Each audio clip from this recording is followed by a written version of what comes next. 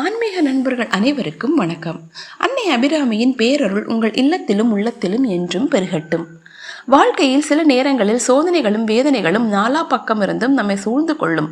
எந்த பக்கம் திரும்பினாலும் துன்பமாகவே இருக்கிறதே, நமக்கு விடிவு காலமே இல்லையா என்று கலங்கி தவிப்பவர்கள் துதிக்க வேண்டிய உன்னதமான பதிகம் இது.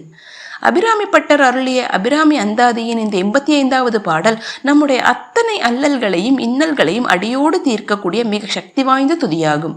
நாம் பார்க்கும் திசைகள் எங்கும் அன்னையின் ஆயுதங்களும் அவளது மங்களகரமான திருவுருவமும் எப்படி கவசமாய் நின்று நம் துயரங்களை துடைக்கும் என்பதை இப்பாடல் விவரிக்கின்றது. வாருங்கள் பாடலை பார்ப்போம். பார்க்கும் திசைதோறும் பாசாங்குசமும் பளிச்சிறை வண்டு ஆர்க்கும் புதுமலரைந்தும் கரும்பும் என் அல்லல் எல்லாம் தீர்க்கும் திரிபுரையால் திருமேனியும் சிற்றிடையும் வார்குங்கும முலையும் முலைமேல் முத்து மாலையுமே. அதாவது, நான் பார்க்கின்ற திசைகள் எங்கும் அன்னை ஏந்தி இருக்கும் பாசக்கயிறும் அங்குசமும் எனக்கு பாதுகாப்பாய் நிற்கின்றன. குளிர்ந்த சிறகுகளுடைய வண்டுகள் சூழ்ந்து ரீங்காரமிடும் 5 மலரம்புகளும் கரும்பு வில்லும் என் கண்பட தோன்றுகின்றன.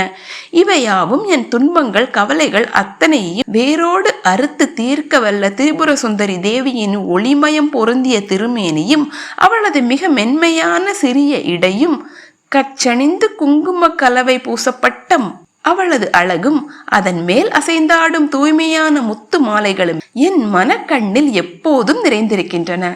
சுருக்கமாக கூற வேண்டுமென்றால், அன்னை திரிபுர சுந்தரியின் ஆயுதங்களும் அவளது திவ்ய மங்கள சொரூபமுமே தன் கவலைகளை தீர்க்கும் மகா மருந்துகள் என்று பட்டர் இப்பாடலில் பாடுகிறார். நான் எந்த திசையை பார்த்தாலும் அன்னை ஏந்தி இருக்கும் பாசமும் அங்குசமும் கரும்பு வில்லும் 5 மலரம்புகளுமே எனக்கு கவசமாக தெரிகின்றன.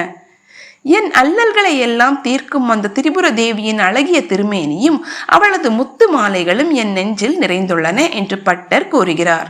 நாம் எத்தகைய பெரிய துன்பத்தில் இருந்தாலும் இப்பாடலை ஓதி அன்னையின் இந்த ஆயுதங்களையும் அழகையும் தியானிக்கும் பொழுது நம்மை சுற்றியுள்ள அத்தனை இன்னல்களையும் அன்னை தன் ஆயுதங்களால் தகர்த்து எறிவாள் என்பது இப்பாடலின் தத்துவமாகும்.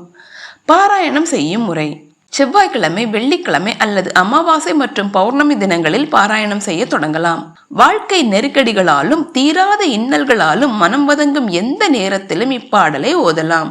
மாலை வேளையில் பூஜை அறையில் நெய்விளக்கேற்றி வைத்து படிப்பது விசேஷம். தீராத துன்பங்கள், மன உளைச்சல்கள் மற்றும் குடும்ப பிரச்சனைகள் நீங்கி நிம்மதி பெற இப்பாடலை தினம் 11 முறை அல்லது 27 முறை பாராயணம் செய்ய வேண்டும். அன்னை திரிபுர சுந்தரி கரும்பு வில்லோடு நமக்கு முன்னால் நின்று நம் துயரங்களை விரட்டுகிறாள் என்ற முழுமையான பாதுகாப்பு உணர்வோடும் தூய்மையான பக்தியோடும் ஓத வேண்டும். துன்பங்கள் நீக்குவதற்கான தற்காப்பு மற்றும் சக்தி வழிபாடு என்பதால் அன்னைக்கு உகந்த சர்க்கரை பொங்கல், புளியோதரை அல்லது பால் பாயாசத்தை நைவேத்தியமாக வைக்கலாம். எளிமையாக கற்கண்டு கலந்த பசும்பால், உலர் திராட்சை, பேரிச்சம்பழம் மற்றும் அன்னைக்கு உகந்த சிவப்பு நிற மலர்களை சமர்ப்பித்து வழிபடலாம். நேர்களே, அபிராமி அந்தாதியின் இந்த 85வது பாடலை தொடர்ந்து முழு நம்பிக்கையோடு பாராயணம் செய்து வர உங்களை நாலா பக்கமிருந்து அலைக்கழிக்கும் துன்பங்கள் அனைத்தும் சூரியனை கண்ட பனி போல் விலகும்.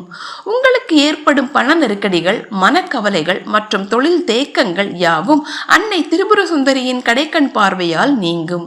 அன்னை தன் பாசாங்குசத்தால் உங்களை அத்தனை துயரங்களில் இருந்து மீட்டெடுத்து வாழ்வில் என்றும் குறையாத பேரமைதியையும் சந்தோஷத்தையும் தந்தருள்வாள் என்பது திண்ணம். மறக்காமல் சேனலை சப்ஸ்கிரைப் செய்யுங்கள். நாளை 86வது பாடலோடு உங்களை சந்திக்கிறேன். நன்றி, வணக்கம். ஓம் அபிராமி சமேத அமிர்தகடேஸ்வராய நமக.